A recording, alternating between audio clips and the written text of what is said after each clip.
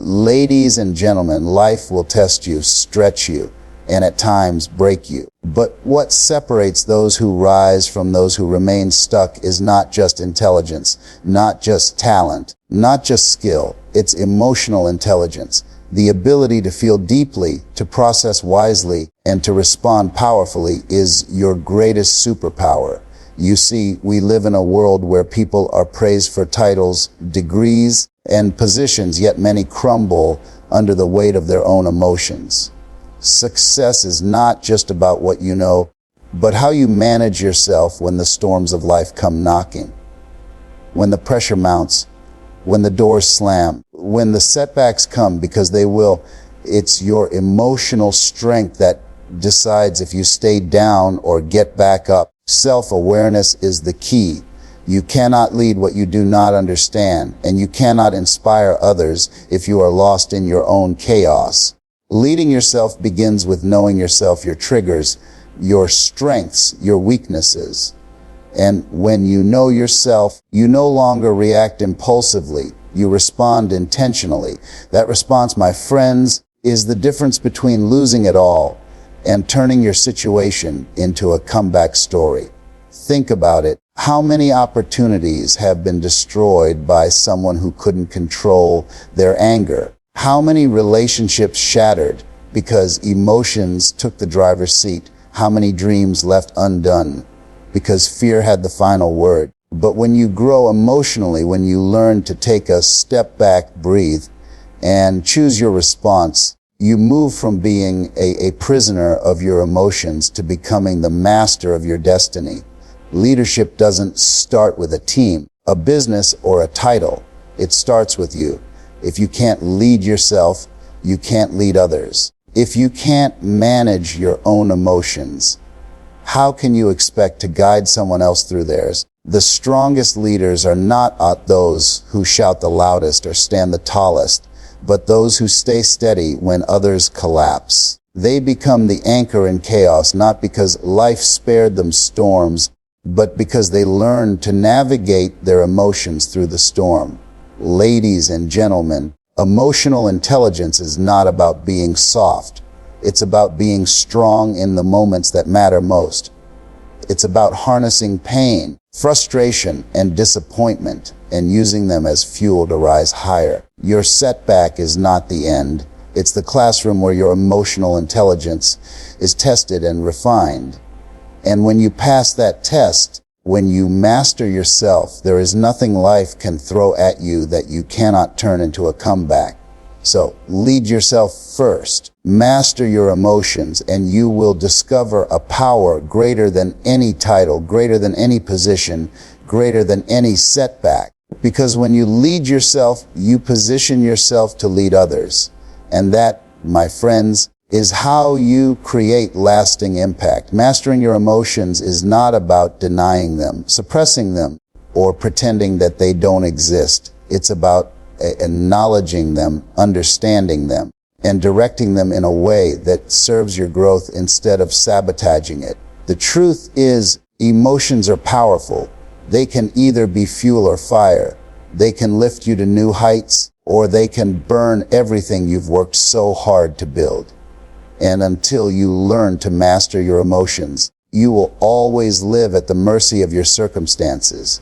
Think about it. How many times have we let anger control the words that come out of our mouths, only to regret it later? How often have we allowed fear to whisper in our ears until we quit on something we knew was meant for us? How many doors have stayed closed because disappointment convinced us not to knock again? See, your emotions will try to talk you out of your destiny if you're not careful.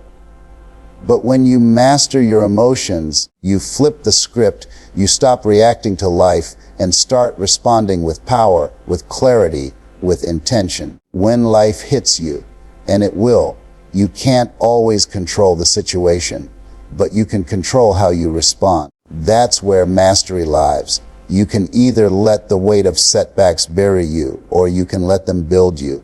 Emotional mastery says, I will not let this moment define me. I will let this moment refine me. It says, yes, I feel the pain, but I will not let pain dictate my choices. I will rise above it. That is the strength that separates winners from quitters, leaders from followers, dreamers from doers. Mastering your emotions doesn't mean you won't feel fear, frustration, or doubt. It means you will no longer allow those emotions to paralyze you. It means you recognize fear as a signal, not a stop sign. It means you can stand in the middle of frustration and still make decisions that align with your purpose. It means when doubt shows up, you don't entertain it as truth. You confront it with evidence of who you are and what you're capable of. Here's the beauty. The more you practice emotional mastery, the stronger you become. Just like a muscle, every time you resist the urge to explode in anger, you build discipline. Every time you choose courage in the face of fear, you build resilience. Every time you stand tall in moments of disappointment, you build endurance. And all those qualities, discipline, resilience, and endurance, are the very things that prepare you to handle the success you're praying for. Because here's the reality. If you can't master your emotions in the valley, you won't sustain your victories on the mountain. Success will expose whatever you've been hiding. So if you've been letting your emotions run wild, sooner or later it will cost you opportunities, relationships, and peace.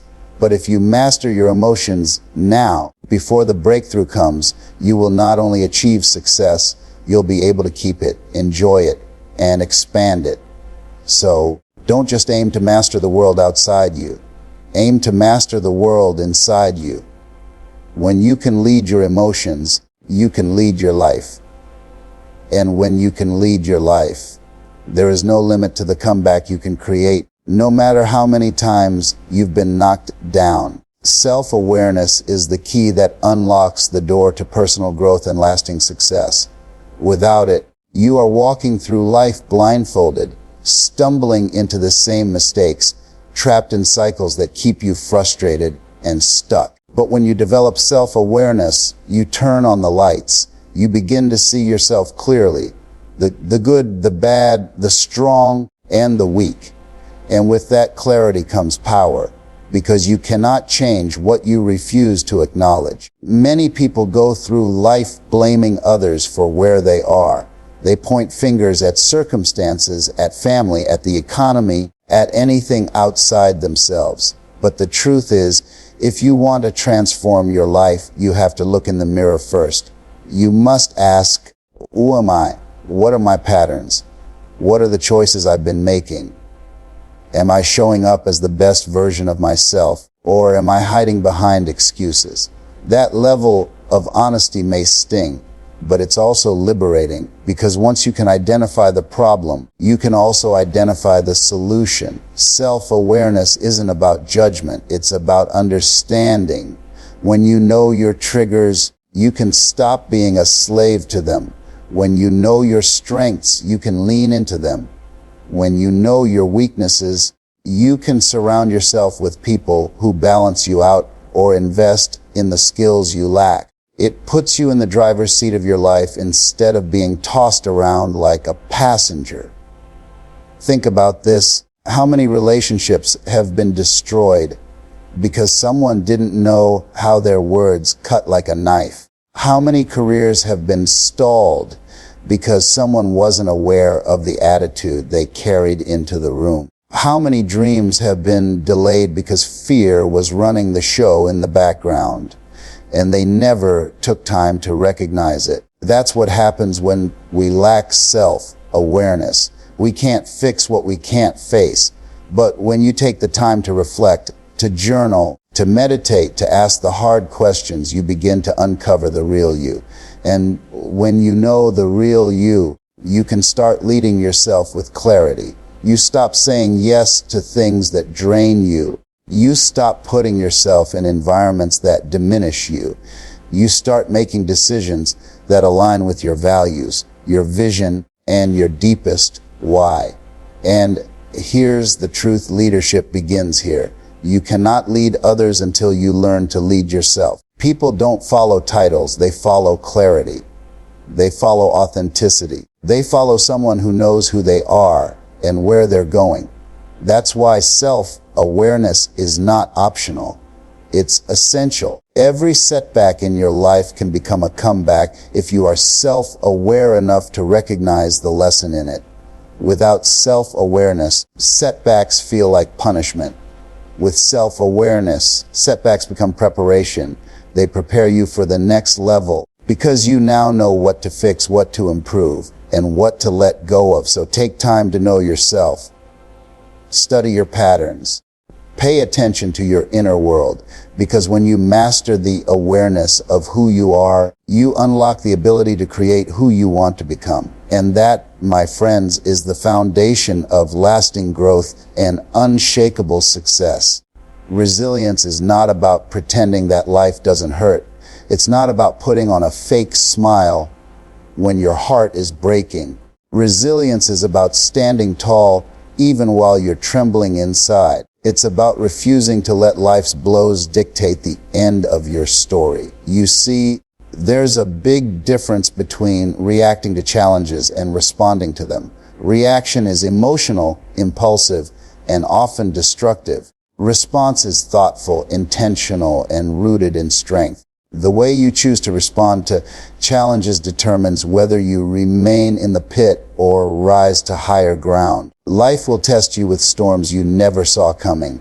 A job loss, a broken relationship, a health crisis, betrayal from someone you trusted. These things can knock the wind out of you. Most people react. They lash out, they fall apart, they give up.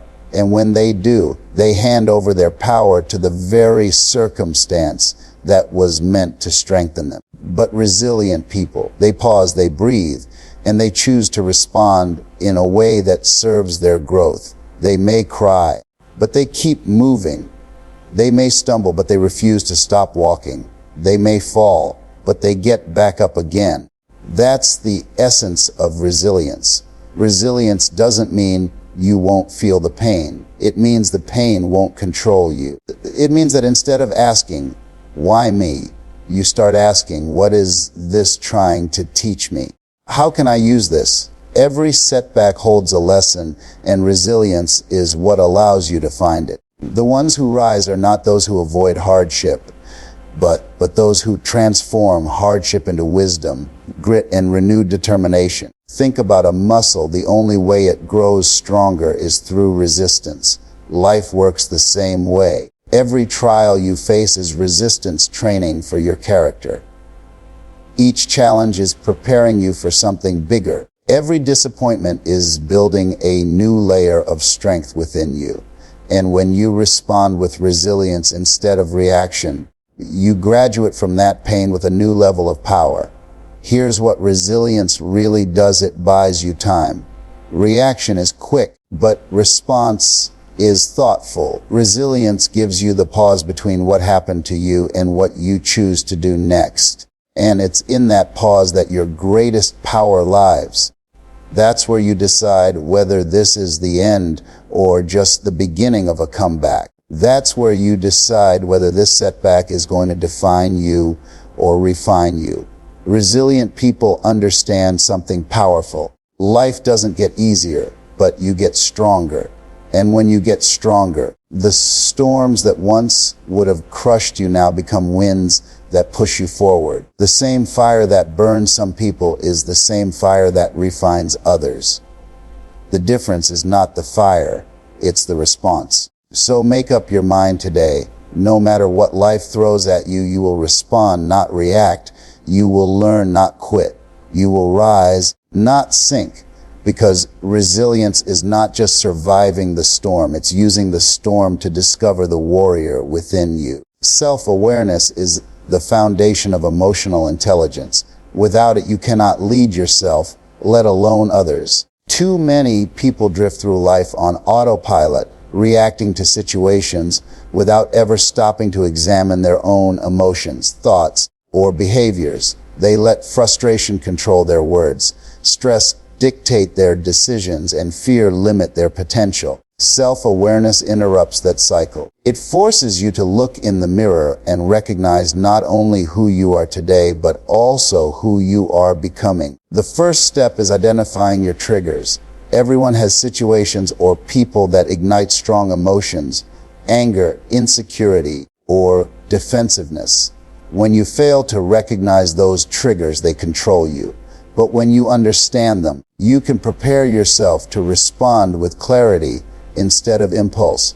For example, if you know that criticism makes you defensive, you can train yourself to pause, breathe, and evaluate the feedback objectively before reacting. This shift turns a potential conflict into an opportunity for growth. Another layer of self-awareness is understanding your strengths and weaknesses. Too often, people either overestimate their abilities or underestimate their worth. Both extremes are dangerous. Overestimation leads to arrogance and poor judgment. Underestimation leads to hesitation and missed opportunities. True self-awareness means being honest about where you shine and where you need to grow. This honesty creates a roadmap for improvement. Leaders who lack this awareness often repeat the same mistakes, while those who embrace it continuously evolve. Self-awareness also requires a willingness to confront uncomfortable truths. It is easy to acknowledge the positive traits within yourself, but growth comes from facing the patterns that hold you back. Maybe it's procrastination, maybe it's fear of rejection, maybe it's the habit of comparing yourself to others. Whatever it is, ignoring it doesn't make it disappear. Awareness brings it to the surface, and only then can you take the necessary steps to change it. A practical tool for developing self-awareness is reflection. Taking time each day to review your actions, decisions, and emotions allows you to identify patterns. Journaling, meditation, or simply asking yourself questions like, why did I react that way? Or what could I have done differently? Builds the habit of self-examination. Over time, this practice sharpens your ability to recognize emotions in real time, not just in hindsight. Ultimately, self-awareness is not about perfection. It is about progress. It gives you the power to pause before reacting, to choose growth over ego, and to align your actions with your values. Without it, you risk being led by impulses and emotions you don't fully understand. With it, you gain control over your inner world, and when you control your inner world, you can influence the outer one. Empathy is the bridge that connects hearts, builds trust, and transforms ordinary interactions into extraordinary relationships. It is not just about feeling sorry for someone. It is about stepping into their shoes, seeing the world through their eyes, and acknowledging their struggles without judgment. Leaders who lack empathy may get compliance, but they will never earn commitment. When people feel understood, they give you their best. When they feel dismissed, they withdraw, no matter how talented they are. One of the greatest mistakes we make is assuming that leadership is about titles, authority, or control. Real leadership is about influence, and influence is earned when people know you care. Empathy is the language of care. It tells someone, I see you, I hear you, you matter. Imagine the difference it makes in a workplace, a family, or a team when people feel valued, not just for what they do, but for who they are. That sense of belonging is what ignites loyalty and motivates individuals to rise above challenges. Empathy also equips you to handle conflict more effectively.